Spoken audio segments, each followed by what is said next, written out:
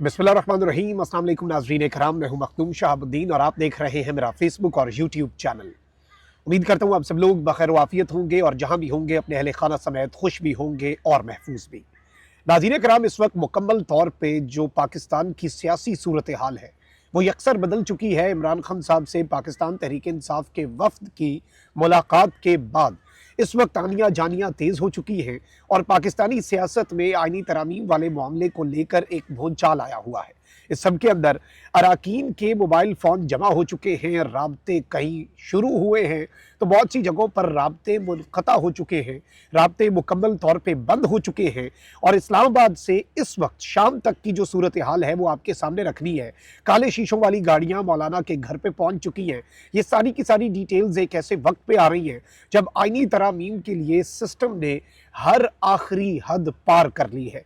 और इमरान खान साहब ने आज जो इंकशाफात किए हैं, पाकिस्तान तहरीक इंसाफ की लीडरशिप ने इमरान खान साहब से मुलाकात के बाद जो अडियाला जेल के बाहर प्रेस कॉन्फ्रेंस करनी थी जो कि नहीं हो सकी, फिर उसके बाद खैबर पख्तूनख्वा हाउस में एक प्रेस कॉन्फ्रेंस करनी थी और प्रेस कॉन्फ्रेंस करने वाले रहनुमा प्रेस कॉन्फ्रेंस से पहले बैक टू बैक सब अपने अपने फ़ोन्स पर लगे हुए थे और फ़ोन बज रहे थे, बैक टू बैक कॉलें आ रही थी। बहुत सी चीज़ों के अंदर बहुत से मामलात छुपाने का कहा जा रहा था, लेकिन इमरान खान साहब ने अपनी हालत ज़ार जो है अडियाला जेल में वो इस वक्त सारी की सारी खोल के रख दी है।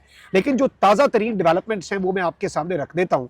आइनी तरामीम का मामला अभी भी लटका हुआ है और इमरान खान साहब से मुलाकात जो है वो इसलिए करवाई गई कि मौलाना फजल रहमान साहब वाला जो मुसव्विदा है उस पर इमरान खान साहब अगर हामी भर दें तो सिस्टम के लिए चीज़ें बहुत आसान हो जाएंगी। और यूँ लग रहा है कि पीपल्स पार्टी जो है वो भी फेस सेविंग चाहती है और वो फेस सेविंग पीपल्स पार्टी को या फिर पॉलिटिकल पार्टीज़ को सिर्फ एक सियासी जमात दे सकती है और वो पीटीआई है।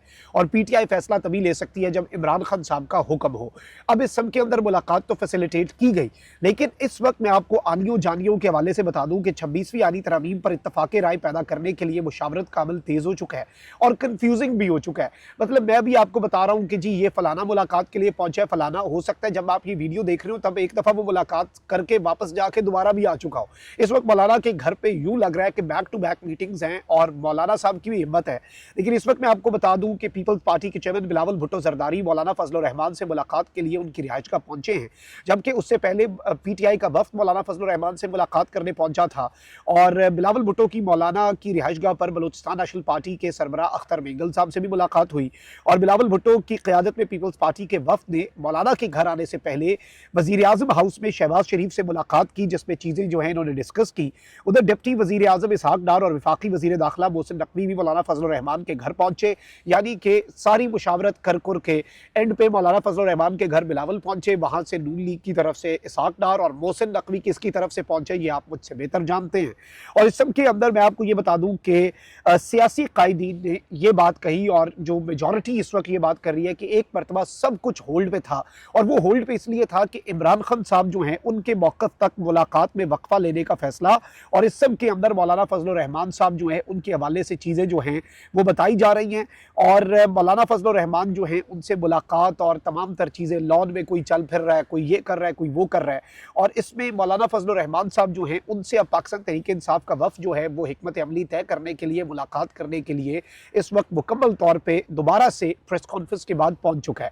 खैबर पख्तूनख्वा हाउस में जो प्रेस कॉन्फ्रेंस है उससे पहले अहम तरीन कॉल्स लग रही थी। असद कैसर साहब अपनी फ़ोन कॉल पर थे, बैरिस्टर गौहर अपने फ़ोन कॉल पर थे, लेकिन इमरान खान साहब ने आज जो इंकशाफात किए वो इस जानिब एक बहुत वाज़ेह इशारा है कि सिस्टम आईनी तरामीम पास करवाने के लिए आखिरी हद तक जा चुका है और आखिरी हद जो है उससे भी आगे मामलात ले जाए गए हैं।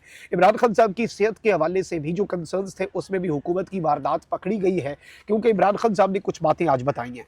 सबसे पहले तो इमरान खान साहब ने आईनी तरमीम की भरपूर मुखालफत करने का फैसला कर लिया है। अपने पार्लियामेंटेरियंस को आईनी तरमीम के हक में वोट देने से रोका है। पार्लियामेंट के अंदर और बाहर एहतजाज करने और मुल्क में एक बहुत बड़े लेवल पर एहतजाजी तहरीक शुरू करने का ऐलान कर दिया है। अब इस सब के अंदर बैरिस्टर गौहर ने प्रेस कॉन्फ्रेंस में बताया कि इमरान खान साहब इस वक्त कैद तन्हाई में हैं। इमरान खान साहब इस वक्त सेहतमंद हैं। आज पहली बार उन्होंने जेल में अपने सेल की हालत ज़ार के बारे में बताया, यानी पिछले कितने अरसे से खान साहब जेल में है, 1 साल से ज़्यादा अरसा हो चुका है।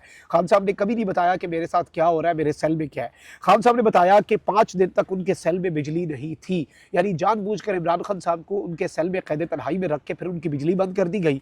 2 हफ्ते से इमरान खान साहब को कोई अखबार नहीं मिला बाहरी दुनिया से। ये ज़हनी टॉर्चर होता है, ये साइकोलॉजिकल टॉर्चर होता है कि आपसे कोई बंदा ना मिल सके, कोई बात ना करे, आपकी बिजली बंद कर दी जाए, आपको अखबार जो है वो बंद कर दी जाए। इमरान खान साहब ने कहा इस वक्त कोई टीवी नहीं है, 2 हफ्ते से कोई अखबार नहीं मिला, कोई एक्सरसाइज जो है वो पिछले 2 हफ्ते से मुझे करने की इजाज़त जो है वो नहीं दी गई। इसके बावजूद इमरान खान साहब जो है उनका हौसला बुलंद है। इस सब के अंदर इमरान खान साहब जो है उनके हवाले से, उनकी हालत ज़ार के हवाले से ये सारे कंसर्न्स इस जानिब इशारा है कि आईनी तरमीम के लिए सिस्टम किस तरह से आखिरी हद तक गया है। इमरान खान साहब ने कहा है कि मैं आइन और कानून की बालादस्ती के लिए हूँ, मैं झुकूंगा नहीं, मैं सब कुछ करूंगा लेकिन कौम की इज्जत और खुद मुख्तारी को किसी सूरत पर कॉम्प्रोमाइज़ नहीं करूंगा। आप लोग पुरअमन रहें। फिर मिनिस्टर गौर ने यह भी बताया कि हमारी मुलाकात सिर्फ 45 मिनट हुई और पुलिस ने कहा कि टाइम खत्म हो गया, हमारी मुशावरत मुकम्मल नहीं हुई। इमरान खान ने कहा कि यह अहम मामला है, हम मजीद एंगेजमेंट मौलाना के साथ जारी रखेंगे।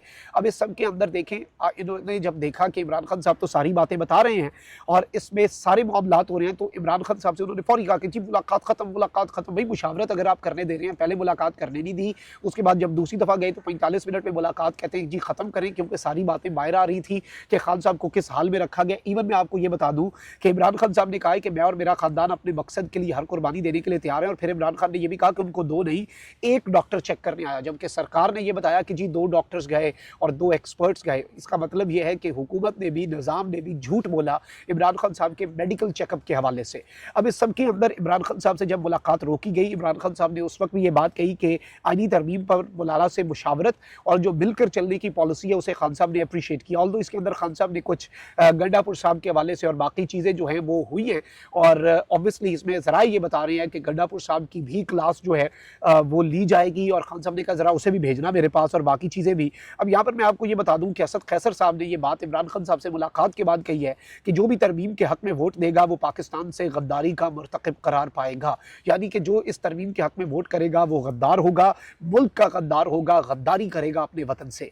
फिर इसमें मैं आपको ये भी बता दूं कि मिनिस्टर गौर ने कहा कि हमने अडियाला की बार प्रेस कॉन्फ्रेंस करनी थी लेकिन वहाँ रास्ते बंद कर दिए गए, हमें प्रेस कॉन्फ्रेंस नहीं करने दी गई, इसलिए हम खैबर पख्तूनख्वा हाउस आए, हमने ये प्रेस कॉन्फ्रेंस की, हम मौलाना फजल रहमान से मिलने फिर उनकी रिहाइशगाह जा रहे हैं।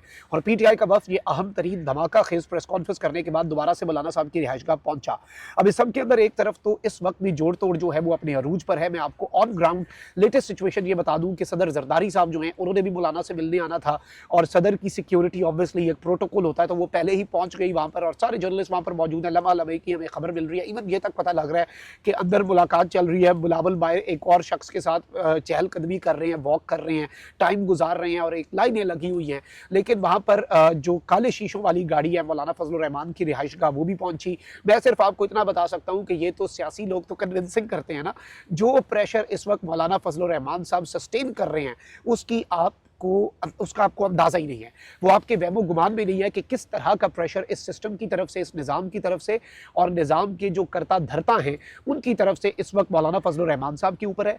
इस वक्त सूरत हाल ये है कि अरकान असम्बली के मोबाइल जो हैं वो बंद करवाए जा रहे हैं, उनके राब्ते मुनक़ता हो रहे हैं और इस वक्त बिल्कुल निज़ाम ने अपनी फील्डिंग लगा दी है। देयर इज़ अ पॉसिबिलिटी कि खान साहब के इस इनकार के बाद और खान साहब के स्ट्रीट्स पर आने, पार्लियामेंट के अंदर और पार्लियामेंट के बाहर एहतजाज करने के पैगाम के बाद और खान साहब की हालत ज़ार के बाद पाकिस्तान तहरीक इंसाफ जिस तरह से स्ट्रीट मूवमेंट को अब लेके चलेगी, उस चीज़ से बचने के लिए इस वक्त सूरत हाल को बिल्कुल कंट्रोल करना इसी तरीके से निज़ाम के हक़ में है कि आज रात की तारीकी में वारदात डाल दी जाए। और एक पॉसिबिलिटी ये भी है कि आज रात की तारीकी में एक मरतबा फिर वारदात डाली जाए। मौलाना को फाइनल बनाने की कोशिशें ये कर रहे हैं कि मौलाना मान जाए, उसके साथ हम दूसरी कोई इलेक्शन कमीशन से मखसूस नशिस्तों वाली वारदात डाल लें। तो उसके लिए इस वक्त भी जब मैं आपसे मुखातिब हूँ काम चल रहा है और सूरत हाल जो है वो अभी भी डामाडोल है, मैच फंसा हुआ है। लेकिन कप्तान ने आज रंदा फेर दिया है, कप्तान ने अपनी पॉलिसी वाज़ेह कर दी है, दो टोक अंदाज में अपनी पॉलिसी जो है वो कप्तान ने इस वक्त सब के ऊपर रोज़े रोशन की तरह अयां कर दी है। इसमें अब कोई दूसरी राय नहीं है, इसमें कोई इफ्स एंड बट्स नहीं है, इसमें कोई मुज़ायका अब पीछे नहीं रहा। This is something very big, very huge. और ये डेवलपमेंट्स जो हैं जो आपके सामने हम रख रहे हैं, डेवलपिंग स्टोरी है। सेनेट और कौमी असम्बली के इजलास और वफाकी काबीना का इजलास इन फ्यू मिनट्स फिर भी हो सकता है, लेकिन इस वक्त मामला फंसा हुआ है इमरान खान साहब की इस डेवलपमेंट के बाद। और ये पता लग चुका है हमें कि खान साहब के साथ जो रवैया रखा गया, निज़ाम अपनी आखिरी हदें भी क्रॉस कर चुका है। अपना बहुत ख्याल रखिए। अल्लाह निगहबान। पाकिस्तान जिंदाबाद।